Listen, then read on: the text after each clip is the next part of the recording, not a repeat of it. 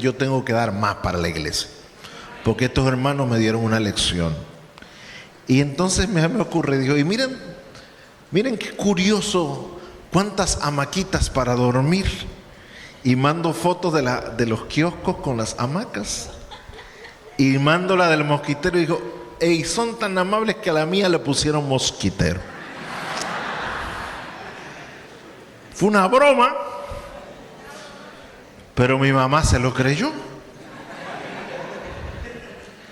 Y dijo, ay, mi hijo el misionero. Qué orgullosa estoy de mi hijo el misionero. Qué bueno. Y antes de que ella se emocionara, digo, mamá, es jugando. Yo estoy en un hotel. Los hermanos están en las hamacas. Pero la próxima, yo me traigo mi hamaca. Y ya me invité para el año que viene. Les dije, yo le consigo el invitado. Y antes que me pregunten quién, dije, yo vuelvo. Porque me enamoré de este campamento, de esta gente, de esta tierra. Gracias. Y gracias por eso. Ahora háganme un favor, ¿qué les parece? Como dice el salmista, si he hallado gracia ante sus ojos. No hallé gracia ante sus ojos. No se me duerman porque hasta yo me estoy durmiendo. Y si usted se duerme, a mí me va a dar más sueño. El otro día estaba en una iglesia y dije, y me preguntaron, ¿cómo le fue? Mal. ¿Cómo que mal? Hasta yo tenía sueño predicando. Y todos los demás estaban plácidamente dormidos. Así que vamos a animarnos y vamos a trabajar hoy la tercera parte. Y esta sí ya es la última vez que hablo con ustedes por este año. Oremos para que Dios los elijan como ancianos el otro año ustedes y vengan otra vez. Ya me sigo invitando yo solito. Anuncio e identidad. El mensaje de los tres ángeles en el contexto escatológico adventista. Volvamos a leer por última vez el mensaje de los tres ángeles. Lo hemos leído todas las veces. Apocalipsis 14, del 6 al 13. Aquí hemos leído la Biblia, nos leímos Apocalipsis 12 hace un ratito. Volvamos otra vez. Y vi volar en medio del cielo a otro ángel que tenía un evangelio eterno para anunciarlo a los que moran en la tierra y toda nación, tribu, lengua, pueblo, diciendo a gran voz: temed a Dios y dadle gloria, porque la hora de su juicio ha llegado. Adorad al que hizo los cielos, la tierra, el mar y las fuentes de las aguas. Y el segundo ángel dijo: cayó la gran Babilonia, la que ha hecho beber a todas las naciones del vino de la pasión de su inmoralidad. Entonces lo siguió otro ángel. ¿Y qué decía ese ángel? Si alguno adora y a su imagen y recibe una marca en su frente o en su mano, él también beberá del vino del furor de Dios, que está preparado puro en el cáliz de su ira, y será atormentado con fuego y azufre delante de los santos ángeles y en presencia del Cordero. Y el humo de su tormento asciende por los siglos de los siglos y no tiene reposo, ni de día ni de noche, los que adoran a la bestia y a su imagen, y a cualquiera que recibe la marca de su nombre. Aquí está la perseverancia de los santos, los que guardan los mandamientos de Dios y la fe de Jesús. Y oí una voz del cielo que decía: bienaventurados los muertos que de aquí en adelante mueren en el Señor. Sí, dice el Espíritu, para que descansen de sus trabajos, pero sus obras van con ellos.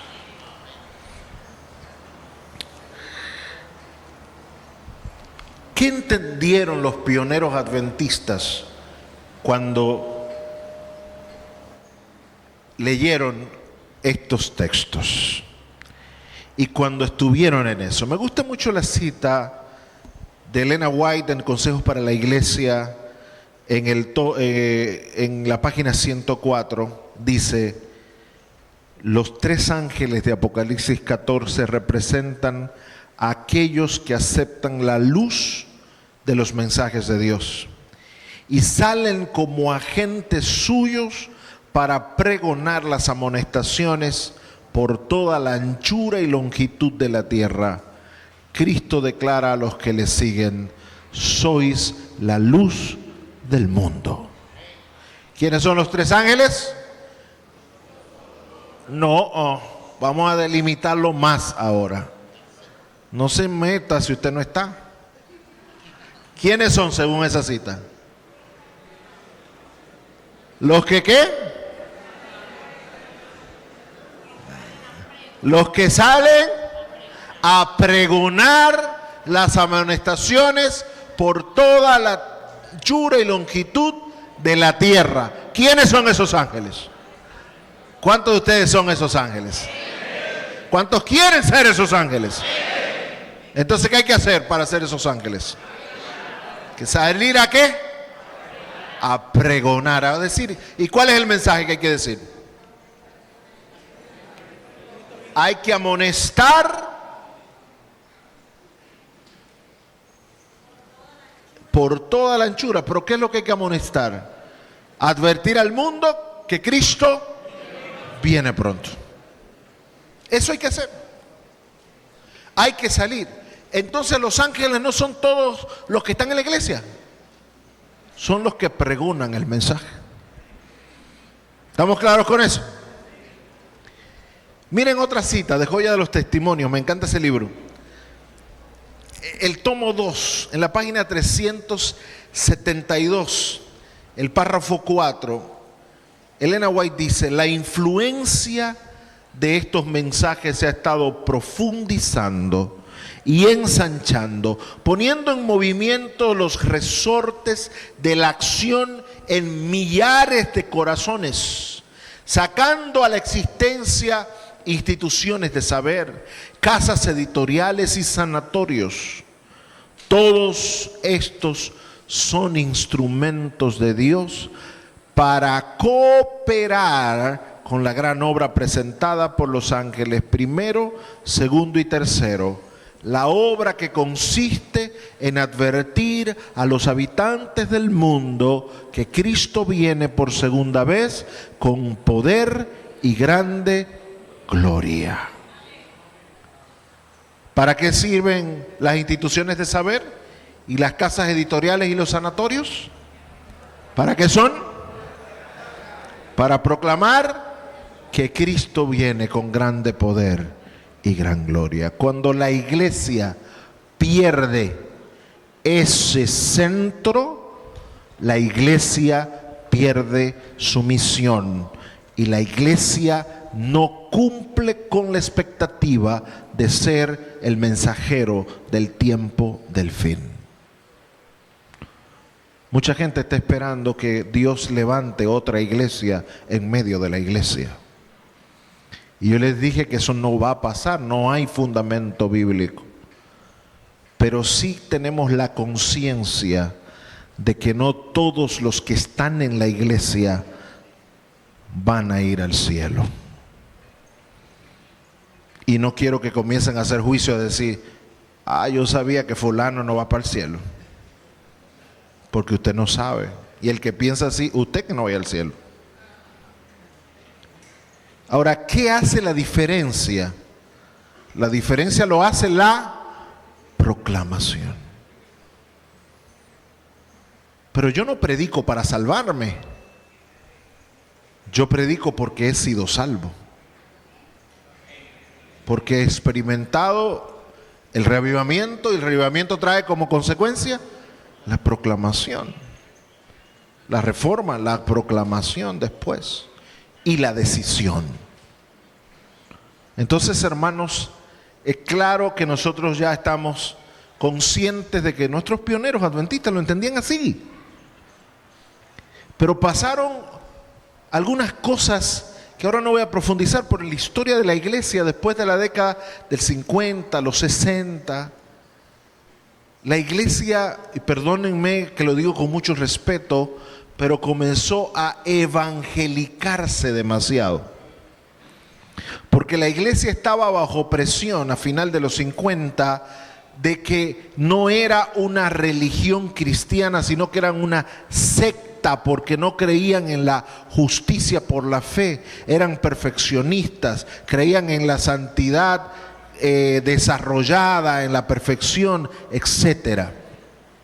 Y ante esa presión, la iglesia comenzó a producir algunos materiales y tuvo la tendencia en algunos lugares a querer ser más como otras denominaciones cristianas. Pero eso no está bien. Tampoco estaba bien la forma como estábamos viviendo necesariamente. Necesitamos un equilibrio, claro. Pero ese equilibrio debe tener dos cosas indiscutibles. La identidad, primeramente. Nosotros tenemos que saber quiénes somos nosotros. Nosotros somos el remanente de Dios. El remanente de Dios. Y siendo el remanente de Dios, tenemos nosotros un compromiso. ¿Cuál es el compromiso? La proclamación del mensaje. No es una iglesia existencialista. Ahora nos hemos convertido mucho en una iglesia de programas. Y nos concentramos más en los programas. Reaccionamos a programas. Queremos que todo venga enlatado y preparado. Nos gusta sentarnos a escuchar las alabanzas hermosas, un buen concierto, una buena programación. Nos sentamos ahí, nos sentimos relax, nos vamos a la casa y volvemos a lo mismo. Hasta el otro sábado volvemos a hacer lo mismo. Y después lo mismo. Y estamos reduciendo el evangelio a sentimientos, a emociones. Y el evangelio no se trata de emociones. El evangelio tiene un contenido, tiene un mensaje. No es una emoción. No reduzca el evangelio a sentir el gozo de la salvación y a sentir el impulso para alabar a Dios y todo eso. No lo reduzca así. Eso es parte del evangelio, pero no es todo el evangelio. El evangelio tiene un contenido, hermanos, tiene un contenido. Y nosotros tenemos que conocer ese contenido y compartir ese contenido.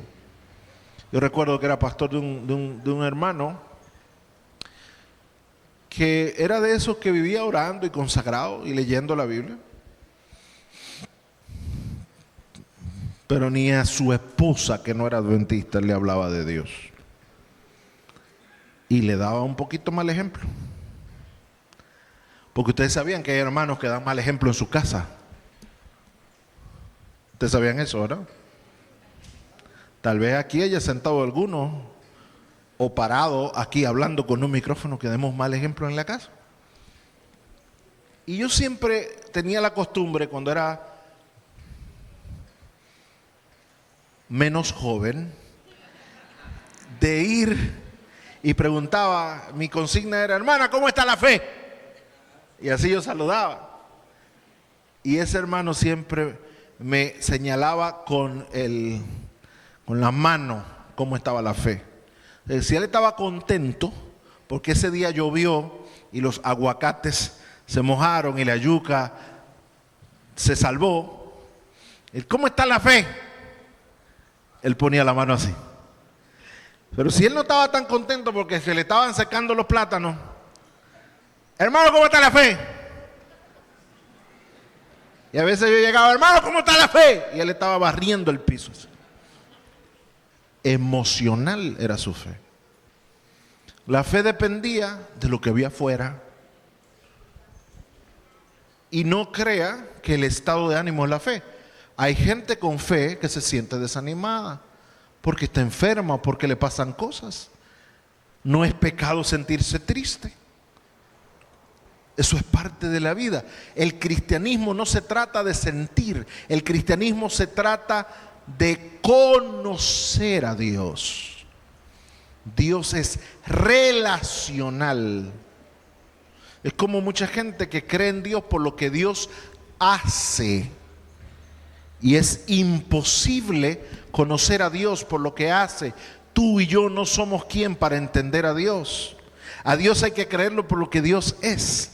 Y yo amo a Dios y yo creo en Dios y no me importa lo que Él haga, porque a veces Él hace cosas o permite cosas que a mí me duelen, que a mí me lastiman, que a mí me desesperan, que a mí me confunden. Pero yo nunca dejaré de creer que Dios me ama.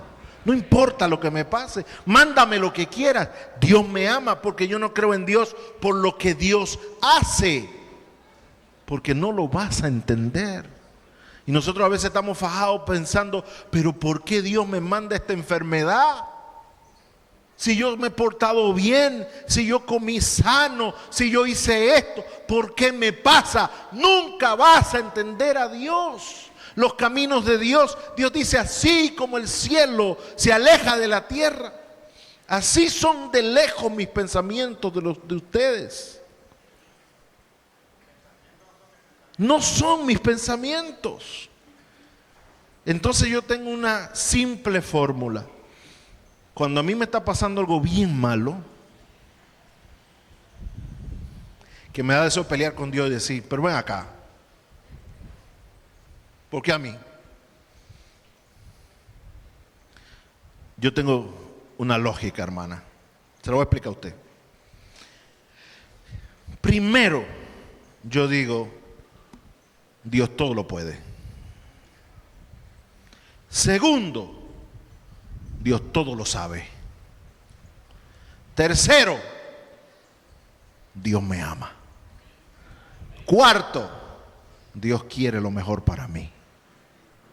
Entonces digo, si Dios todo lo puede, si Dios todo lo sabe, si Dios es el ser del universo que más me ama, y Él sabe qué es lo que más me conviene, entonces, Señor, yo te glorifico, porque lo que me está pasando, yo no lo entiendo, a mí no me gusta, pero es lo mejor.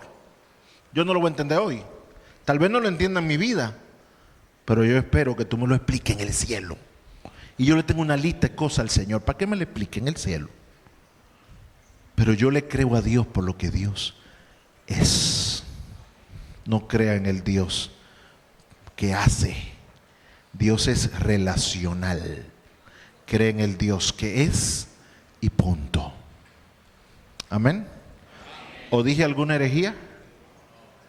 ¿Dije alguna herejía ahí?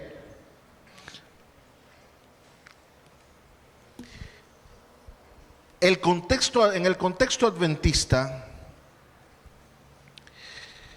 los pioneros adventistas tenían una conciencia de la identidad de los tres ángeles. Son los que aceptan el mensaje y lo proclaman. Tenían una conciencia de la razón de existir de las instituciones adventistas. Su único objetivo es proclamar el mensaje. Tenían conciencia de que el primer, segundo y tercer mensaje, el tercer ángel se dieron el primero y el segundo mensaje, se dieron entre el 1843 y el 1844, pero que en el futuro tenía que enseñarse junto con el contexto del tercer ángel. Eso creían los adventistas en el siglo XIX sobre el mensaje de los tres ángeles. Así que como todos los conceptos sugeridos por los pioneros, la convicción de que el mensaje de los tres ángeles era la verdad presente, eso tenía un sólido fundamento bíblico. Para ellos, la verdad presente era el mensaje de los tres ángeles. Veamos algunos detalles de estos mensajes. El primero día vi volar en medio del cielo. Yo hago un comentario corto y es cuando habla de evangelio eterno, indica que el mismo evangelio de los apóstoles, los profetas y los patriarcas, es un momento cuando se resalta un interés especial en volver a la Biblia. Es otro peligro que la iglesia corre, la iglesia está alejándose de la Biblia. El otro día fue una semana de oración, 14 temas, y el predicador no abrió la Biblia ni una vez. Predicaba 2 veces al día, una sola vez no abrió la Biblia. Cuento y cuento, testimonios y cuentos, historias y palabrerías humanas. ¿Y la Biblia cuándo? No se está abriendo. La Biblia se está descuidando y hemos descuidado ese evangelio eterno. Cuando habla de los que moran en la tierra, en el contexto son los que han adorado a la bestia y a su imagen en Apocalipsis 13:8.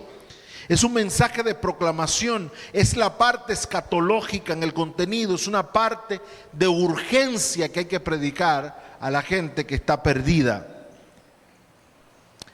El segundo mensaje dice temed a Dios y dadle gloria, porque la hora de su juicio ha llegado.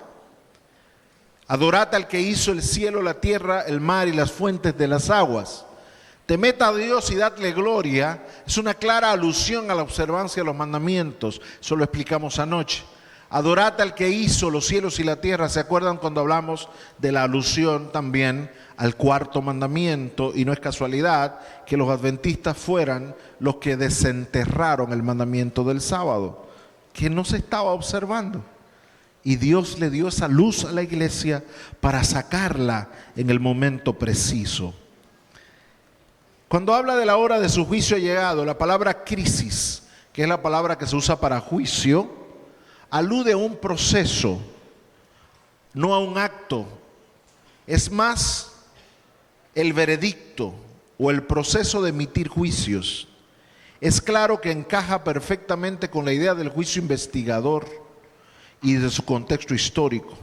Cuando dice ha llegado, es un mensaje puntual, es un auristo agresivo, perfecto profético, que indica que algo fue anunciado antes, ha sido iniciado en ese preciso momento. Que algo que se anunció ahora empezó. Se está esperando ese juicio, ahí fue que empezó el juicio. Los pioneros entendieron que el mensaje se dio en el movimiento millerita. Acuérdense que el movimiento adventista comenzó con las predicaciones de Guillermo Miller. La razón es que aunque no estaban conscientes de los detalles, iniciaron un anuncio de juicio de que Jesús venía a la tierra. El juicio investigador enfatizó tanto el inicio del tiempo del fin como el contenido de la verdad presente hasta la venida de Cristo.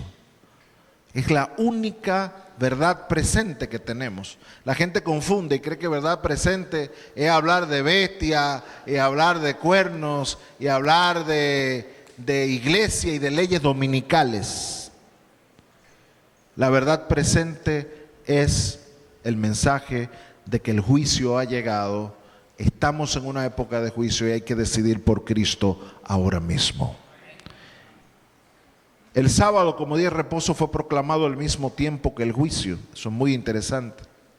Y la verdad presente debe contener el mensaje del juicio investigador y las consecuencias de aquellos que decidan no aceptar a Cristo. Cuando habla de la caída de Babilonia, caer, la palabra piptó, que es un pasado perfecto, habla de una caída rápida, una caída completa. Es la primera vez que se menciona la palabra Babilonia en Apocalipsis. Este mensaje está conectado con lo que está en el capítulo 13, por ejemplo, en el 13:8, en el 14:6, en el 13:14, 13:15, etc. Babilonia no es una iglesia, como se ha dicho tradicionalmente en el protestantismo. Babilonia es una confederación religiosa, política y social que incluso incluye al protestantismo apóstata. Y se van a unir a los planes del diablo, el dragón, para destruir al remanente. Babilonia es quien corrompe la humanidad con pasión e inmoralidad y con falsa religión. Eso es Babilonia en la Biblia. Los pioneros siguieron los pasos de la mayoría de los protestantes en el siglo XIX e identificaron a Babilonia con el anticristo, incluso con el catolicismo. La realidad es que el texto de Apocalipsis sugiere que Babilonia es mucho más que eso. Es la manifestación de la corrupción de los principios divinos, la manipulación sociopolítica y religiosa de la gente para tirar por tierra los mandamientos de Dios. La iglesia debe proclamar la caída de Babilonia y lo hace cuando junto con su mensaje da un mensaje claro de su error y puede vivir sin caer en las trampas sugeridas por este ente satánico. Hay gente que dice y nos ha acusado que la iglesia adventista es Babilonia también.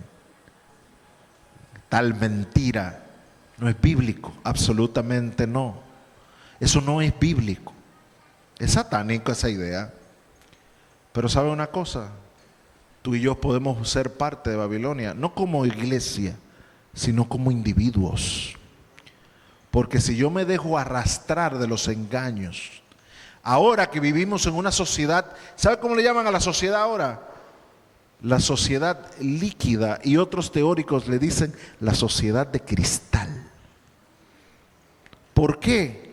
Porque la sociedad es líquida, porque ya no tiene fundamento, todo se negocia. Señores, ahora lo malo es bueno, y si usted quiere proclamar lo bueno, lo acusan de malo. ¿No se han dado cuenta de eso? Ahora, hermanos, levantar la voz contra el pecado es ir contra la tendencia de la sociedad. Esa tendencia de la sociedad que es una confusión. ¿Ustedes no han visto la confusión que vive la sociedad? Miren hasta el asunto de los géneros ahora, que la gente dice, tú me ves como un hombre, pero yo por dentro soy mujer. Pero hay una parte de mí que ni es hombre ni es mujer, es nada. Y yo me identifico como un árbol.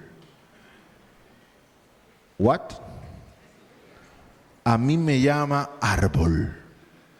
Y viven inventándose hasta pronombres nuevos. Cada rato a mí me preguntan, ahora que estaba llenando unos papeles para el gobierno norteamericano, y me preguntan, ¿cómo quiere que le digan? ¿Él, ella o algo intermedio? Ella. Y yo miré a la persona así fijamente y le digo, ¿qué usted cree?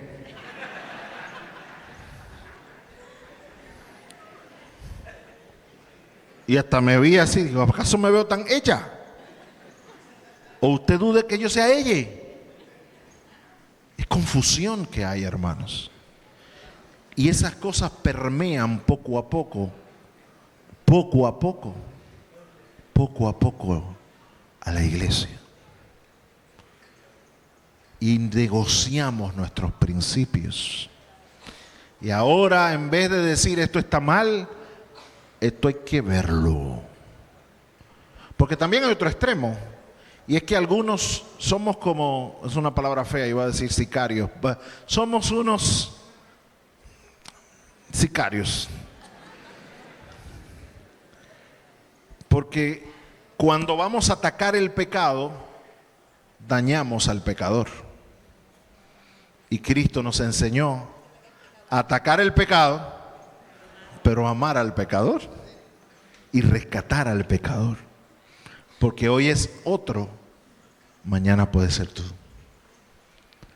Entonces, eso es Babilonia también, toda esa confusión que puede estar afectándonos a nosotros. Y usted no está llamado a ser Babilonia, usted está llamado a ser ¿quién? Ya sí. Mire, de la tercera línea para allá ya están dormidos. Nada más me respondieron aquí adelante. Y esta fila ni se diga. ¿Qué somos nosotros? El remanente. Con todo y sueño, pero somos el remanente. Porque este calor nos da sueño, pero seguimos siendo el remanente. El mensaje del tercer ángel que habla de la adoración a la bestia y a la imagen, y que si recibe la marca en la frente o en su mano, esa idea de si alguno adora a la bestia, su imagen, y recibe una marca en la frente o en su mano, hay que entenderlo en la conexión que tiene con la profecía de Apocalipsis 13. que desarrolla lo que podría ser el último mensaje profético del pueblo de Dios. Este mensaje se proclama en dos sentidos. Primero, en el sentido profético, cuando aún no se ha manifestado la imagen de la bestia, y escatológico, cuando ocurra la manifestación de la imagen de la bestia. Los que participen de la imagen y la marca de la bestia también participan de su castigo. Dicho castigo es severo y es presenciado por todo el universo.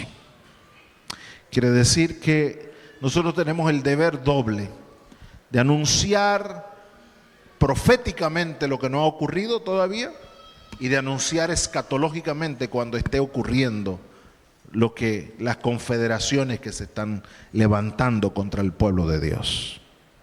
Solo que nosotros a veces especulamos con noticias. Yo llamo a algunos predicadores periodistas, perdóneme si usted lo hace, que vienen con recortes. Ya no usan recortes de periódico, pero todo lo que anda rodando en redes sociales, que el 90% es mentira, lo vivimos reproduciendo. Tenga cuidado, que eso no es proclamar, eso es confundir. Y es una estrategia del enemigo también. Usted debe estar bien seguro cuando reproduzca una noticia o cuando proclame algo. Dice, aquí está la perseverancia de los santos. Esa es una conexión inequívoca con el remanente que se identifica aquí con aquellos que no participan de la imagen ni la marca de la bestia. Se resaltan dos aspectos muy importantes: los mandamientos y la fe de Jesús. Los pioneros no reconocieron haber terminado de proclamar este mensaje. Lo hicieron como un anuncio profético, diciendo, eso no está ocurriendo hoy, pero va a ocurrir pronto. La iglesia debe hacer conciencia de lo que es Babilonia. Muchas veces reducimos su obra a una ley dominical y no es cierto. Es mucho más sutil, es mucho más amplia la obra de Babilonia que simplemente la ley dominical. Es un entramado que incluye todos los aspectos del diario vivir. Es una confusión imperante y el pueblo de Dios tiene que estar alerta para no dejarse engañar. Y al mismo tiempo el anuncio profético debe haber un énfasis marcado en los aspectos claves de nuestra identidad. Hay que volver a hablar de la observancia de los mandamientos y la experiencia de la fe de Jesús. ¿Cuándo fue la última vez que usted escuchó un mensaje sobre la observancia del sábado? ¿Cuántos adventistas hacen lo que tienen que hacer pero no saben por qué lo hacen? No tienen fundamento bíblico para lo que están haciendo o usan 2, 3 textos que no lo entienden bien. Hay que volver a la Biblia. Los púlpitos tienen que llenarse de enseñanza. Elena White dice, prediquen menos y enseñen más. Tienen que volver este tipo de enseñanzas. Abrir la Biblia sin presión, arrodillarse y pedir la dirección de Dios. Pero hermanos, los predicadores ahora dan pena. Se quieren pasar solo con problemas existenciales y no se enfocan en el mensaje profundo de la palabra de Dios.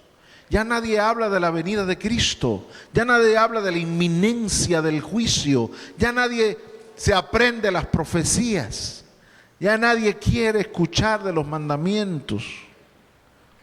Preferimos que sean asuntos existenciales que digan, por ejemplo, escuché un sermón hace un tiempo de la mujer samaritana y el predicador solo se concentró en una frase que dice en Juan capítulo 4, y era necesario que Jesús pasara por Samaria. Y el predicador se quedó allí. Es necesario que Jesús pase por tu casa porque tu hogar se está destruyendo. Es necesario que Jesús pase por tu casa porque estás enfermo. Es necesario que tú... Y eso está bien un día. Pero nuestros púlpitos nada más son eso. Aplicación. Pero la Biblia también hay que explicarla, porque el tiempo en que vivimos es un tiempo peligroso. Y el que no tenga fundamento bíblico va a perecer en la confusión. Y la confusión en Apocalipsis se conoce como Babilonia. Y hay un castigo severo para Babilonia. ¿Cuántos de ustedes quieren estar en Babilonia? ¿Verdad que no? ¿Qué hay que hacer para salir de la confusión? Hay que volver a la palabra de Dios. No solo usted leyéndola, es comprendiéndola y predicándola. Y la iglesia tiene que hacer programas de estudio. De aquí tienen que salir líderes motivados a ir a hacer programas de estudio a la iglesia. Semanas de oración no solo para evangelizar, sino también para fortalecer a la iglesia. Para que los hermanos que se han bautizado conozcan la Biblia. Yo recuerdo que era pastor de un hermano, era ganadero. No sé si alguno de ustedes, aquí no se usa la ganadería, es más agricultura o no sé. ¿Alguno ha trabajado con vacas alguna vez? Este hermanito se dedicaba a eso. Él tenía como 6, 7 vaquitas y las ordeñaba y vendía la leche. Eso se hace temprano, no sé aquí. 3:30, 4 de la mañana. Porque la leche hay que llevarla temprano a las lecherías, no sé qué. Así que a las 2 de la mañana, ¿ves? Y depende de la cantidad de ganado. Ya hay hasta máquinas que lo hacen. Pero este hermanito era puño ahí. Así que él a eso de las 7 ya le estaba cambiado y bañado. Hasta la tarde que él iba y movía las vacas y los becerros de un lado para otro. Tenía todo el día.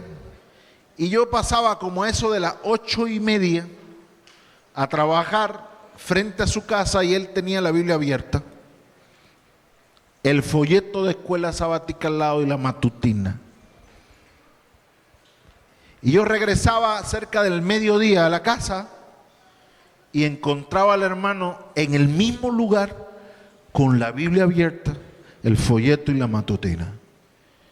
Y yo decía, pero este hermano es un tremendo. Este estudia más que yo. Me sorprendió. Y hasta estaba feliz por él. Qué bueno. Un día no me aguanté y me paré con él. Y ese hermano cariñoso, así como ustedes, me abrazó. Pastor, ¿cómo está, pastor? Y yo le digo, yo estoy sorprendido, hermanito. Yo lo admiro, me quito el sombrero frente a usted. ¿Por qué, pastor? Yo paso a las 8 de la mañana y usted está con la Biblia en la mano. Yo regreso casi al mediodía y usted está con la Biblia en la mano. Casi lágrimas en los ojos tengo de la emoción. El tipo me mira así inocentemente y me dice, y no entiendo nada.